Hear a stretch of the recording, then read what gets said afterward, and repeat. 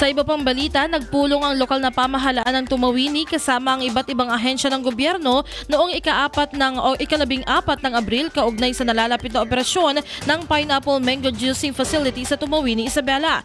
Dumalo sa nasabing pagpupulong sina Municipal Administrator Lorel Lipua, Provincial Information Officer Attorney Elizabeth Binag at Provincial Peso Manager Miss Cecilia Clay Reyes, kasama ang iba pang kawani mula sa pamahalang panlalawigan ng Isabela, mga opisyal ng Department of Trade and Industry at mga kinatawan ng Tumawini Mango Agriculture Cooperative. Tinalakay naman dito ang mga paghahanda sa operasyon at koordinasyon ng iba't ibang ahensya upang matiyak ang maayos at epektibong pagpapatakbo ng Pineapple Mango Juicing Facility sa naturang bayan. Layunin ng proyekto na mapahusay ang value-adding process ng mga lokal na produkto tulad ng pinya at mangga.